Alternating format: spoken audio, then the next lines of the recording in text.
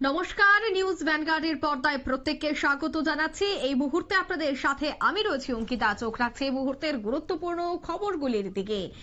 আজ 53তম পূর্ণ রাজ্য দিবস, আর এই 53তম পূর্ণ রাজ্য দিবসকে কেন্দ্র করে মুখ্যমন্ত্রী সহ প্রধানমন্ত্রীও শুভেচ্ছা জ্ঞাপন করেছেন এবং সেই সংক্রান্ত সংবাদ আমরা আপনাদের সামনে তুলে ধরছি।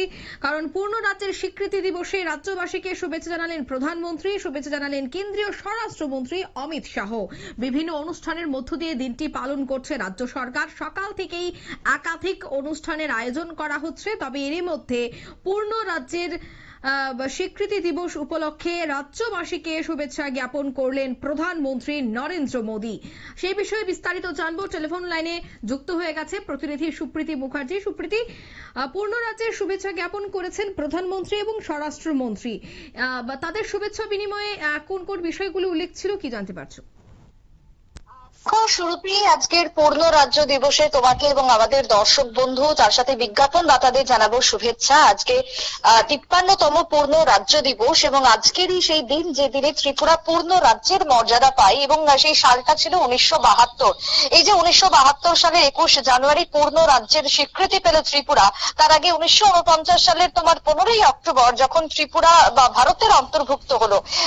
সেই সময়ের যে ইতিহাস এবং সেই সময়ের কাহিনী বর্ণনা করে আজকের দিন কিন্তু পালন করা শুরু হয়ে গেছে এক প্রকার বলতেই পারো সকাল থেকে। এবং আজকের এই পূর্ণ রাজ্য দিবস, এই পূর্ণ রাজ্য দিবসের তোমার শুভেচ্ছা জানিয়েছেন দেশের প্রধানমন্ত্রী নরেন্দ্র মোদী। ত্রিপুরাকে সামাজিক বার্তায় তিনি রাজ্যকে শুভেচ্ছা জানিয়েছেন, রাজ্যবাসীকে শুভেচ্ছা জানিয়েছেন। এবং এই যে ত্রিপুরার যে সংস্কৃতি, ত্রিপুরার যে সম্প্রীতি, ত্রিপুরার যে বন্ধুত্বপূর্ণ ভাবমূর্তি রয়েছে ভিতরে, সেটা যেন বজায় থাকে এবং গোটা দেশের কাছে যেন রোল মডেল হিসেবে ত্রিপুরা একেবারে দৃষ্টান্ত স্থাপন করতে পারে, এই শুভেচ্ছা বার্তাই কিন্তু আজকে দেশের প্রধানমন্ত্রী জানিয়েছেন। ঠিক অন্যদিকে একই রকম ভাবে স্বরাষ্ট্রমন্ত্রী অমিত শাহ তিনিও কিন্তু রাজ্যকে শুভেচ্ছা দিয়েছেন ইতিমধ্যে পূর্ণ রাজ্য দিবসের। দেখো, আজকের দিনে শুধুমাত্র ত্রিপুরা বা নয়, আজকের এই দিনেই কিন্তু স্টেটহুড ডে পালন করা হয় তোমার মেঘালয়তেও, এবং আজকের এই দিনে তোমার স্টেটহুড ডে পালন করা হয় তোমার মণিপুরেও। তাই মণিপুর, মেঘালয় এবং ত্রিপুরা এই তিনটে রাজ্যকেই আজকে সকাল বেলাতেই প্রধানমন্ত্রী নরেন্দ্র মোদী তিনি টুইট বার্তায় জানিয়েছেন, তিনি শুভেচ্ছা জানিয়েছেন এই তিন রাজ্যকে। উত্তর পূর্বের স্বরাষ্ট্রমন্ত্রী অমিত শাহ কিন্তু একই রকম ভাবে আজকের দিনে পূর্ণ রাজ্যের অনুষ্ঠানে শুভেচ্ছা বিনিময় করেছেন সকলের সঙ্গে। অন্যদিকে দেখো, রাজ্যের আজকে তথ্য সংস্কৃতি দপ্তরের উদ্যোগে যে মূল অনুষ্ঠান, সেই মূল অনুষ্ঠানটি কিন্তু আয়োজন করা হয় রবীন্দ্র শতবার্ষিকী ভবনে।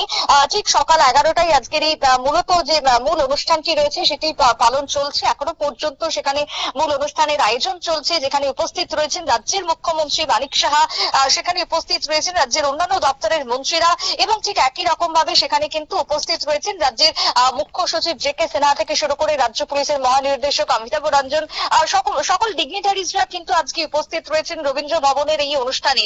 এছাড়াও রাজ্যের মুখ্যমন্ত্রীও সামাজিক মাধ্যমে শুভেচ্ছা জানিয়েছেন আজকের পূর্ণ রাজ্য দিবসের।